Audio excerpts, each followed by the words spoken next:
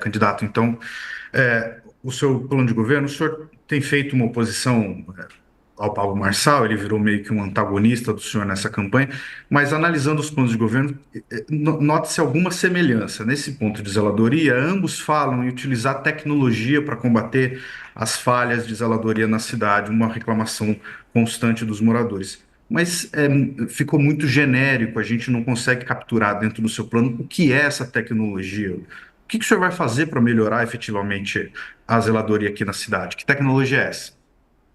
Vou te dar um exemplo bastante concreto, Fábio.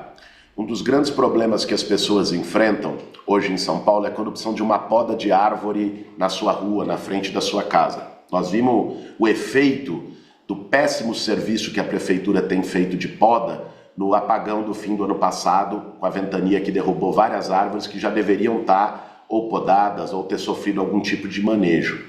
Existe uma tecnologia, eu tive reunido com um xará seu, que é presidente da Google Brasil, no início do ano.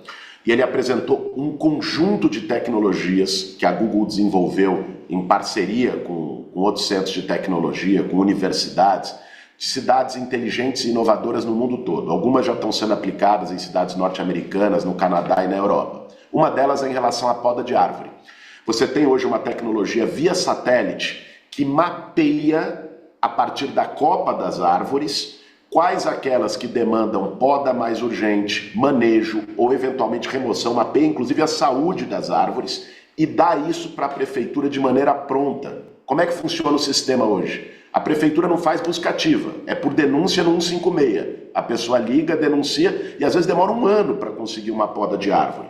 Utilizando essa tecnologia via satélite, né, você consegue já ter um mapa arbóreo da cidade de São Paulo e fazer um cronograma de poda a partir da situação das árvores sem depender apenas das denúncias. Esse é um exemplo bastante concreto de como usar a tecnologia para poder melhorar a zeladoria. A mesma coisa em relação a buraco de rua. A gente aprimorar um sistema que é utilizado de maneira muito embrionária aqui em São Paulo, é utilizado em Recife, é utilizado em outras cidades, que é o sistema de utilizar alguns carros, pegam inclusive Ubers que se voluntariam para isso, e botar a câmera e um sensor, né, no eixo do carro para ver buracos de rua, com georreferenciamento. E você poder, em tempo real, ver quais são os buracos e poder levar o serviço de tapa-buraco lá a partir de uma central inteligente. Então, existem vários caminhos, eu fui estudar esses caminhos, conversei com muita gente, vários que já são utilizados em outras cidades do mundo, para a gente conseguir melhorar a zeladoria da cidade com o uso de tecnologia. Eu acho improvável que o meu adversário que você citou tenha estudado isso. Pelo que a gente vê quando ele apresenta alguma proposta, em geral ele não, são coisas meio fabulosas e tal, meio imaginárias. Mas a gente estudou, né, e conversou com muita gente e tem um projeto bastante forte, sustentável e planejado para a zeladoria. Candidato, o senhor fala no seu programa em reformar salas comerciais no centro de São Paulo e destiná-las a jovens recém-formados para eles estabelecerem os seus escritórios. Quem custeia essa reforma? É o dinheiro público? E aí depois você doa essas salas para os jovens? Como serão selecionados esses jovens? Faz sentido você usar o dinheiro público para depois doar as salas para os jovens iniciarem esse trabalho? Parece um uso meio infinito do dinheiro público. Vamos lá, Raquel. Primeiro, em nenhum momento meu programa de governo fala em doação de salas, e isso de fato seria uma coisa insustentável. Meu programa de governo fala em recuperação de imóveis que estão abandonados no centro da cidade, com retrofit. Isso é papel do poder público. Existem programas hoje, embora com pouquíssima eficiência. O governo federal está fazendo isso em várias cidades do Brasil, sobretudo em centros históricos, nos imóveis da SPU, nos imóveis do INSS, que estão abandonados. Eu ajudei o presidente Lula a formular esse programa, junto com o Stefanuto e com a Esther Dweck, que cuida do Ministério da Gestão. Qual é a ideia? Vários desses imóveis que estão abandonados no centro, hoje 1 a cada 5 imóveis do centro de São Paulo estão abandonados, eles precisam de uma reforma, de uma requalificação. Inclusive como um programa da gente revitalizar o centro histórico da cidade. O abandono a gente conhece a teoria da vidraça quebrada, ele só gera mais abandono, mais violência, mais insegurança. Uma parte desses imóveis, e é o que nós vamos fazer prioritariamente, vai ser revitalizado para habitação social, em de levar mais gente para o centro. Isso é muito importante, porque hoje o centro, depois das 6 da tarde, é um breu. Quando você tem um lugar onde só funciona comércio, à noite ele fica abandonado. Então levar mais gente para o centro é também levar mais vida. Agora, existem imóveis que não dá para virar moradia. Eles foram concebidos apenas como escritório e que ficaria mais caro você tentar adaptá-los para moradia do que demolir e construir outro. Foi daí que surgiu esse programa do primeiro escritório. Então, qual é a ideia? O poder público reforma, requalifica, isso tem um impacto urbano que beneficia a cidade toda, que beneficia o centro, e vai fazer locação, não doação, para locação a um preço mais baixo, para jovens que estejam iniciando o mercado de trabalho, profissionais liberais, e que também tem um impacto público importante, que é levar e tentar atrair mais essas atividades para o centro da cidade. O centro tem sofrido um estado de abandono. Você anda na rua São Bento agora, né, e você vê um monte de porta fechada, de gente indo embora do centro.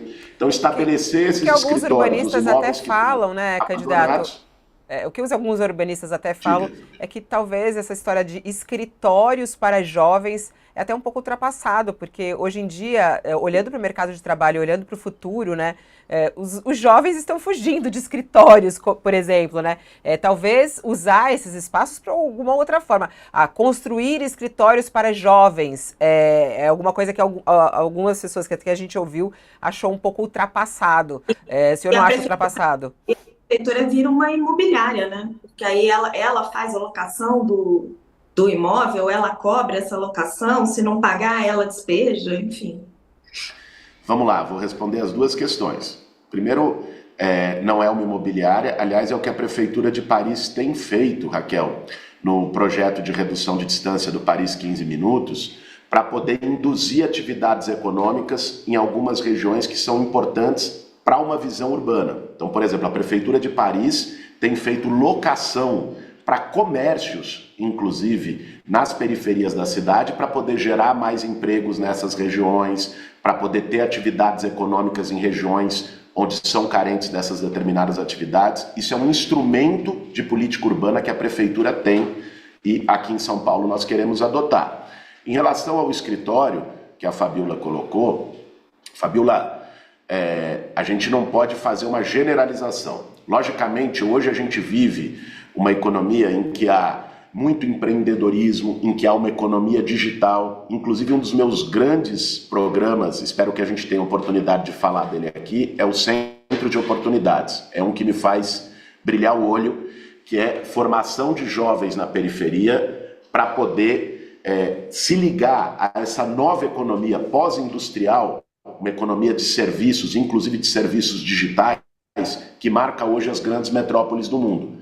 Os centros de oportunidades vão ser o CEL 2.0. O que a Marta fez com os CELs até crianças e adolescentes de até 14 anos, nós vamos fazer para os jovens a partir de 15 anos, dando formação em programador, designer, inteligência artificial, robótica e serviços mais sofisticados como turismo, hotelaria, gastronomia, já está entrando em educação, formação de línguas, com Wi-Fi livre, estudo audiovisual. Esse vai ser o centro de oportunidades para conectar essa juventude com a nova economia digital. Agora, só se me permite concluir, Fabíola, por favor, porque eu acho que isso é importante e responde à tua questão. Agora, achar que hoje não existe demanda de escritório na cidade de São Paulo não é verdadeiro. Você tem uma série de profissões liberais. Pegue um advogado, tanto de jovem que se forma em direito. Um advogado tem um escritório. Você pega um psicólogo, um psicotório, que também é um prédio de escritório. Essa demanda para profissões determinadas, para profissionais liberais, continua acontecendo. Este programa do primeiro escritório é justamente para poder criar uma alternativa dessa demanda ser atraída pelo centro e apoiando aqueles jovens que estão iniciando nessas profissões. Bom, a gente tem ainda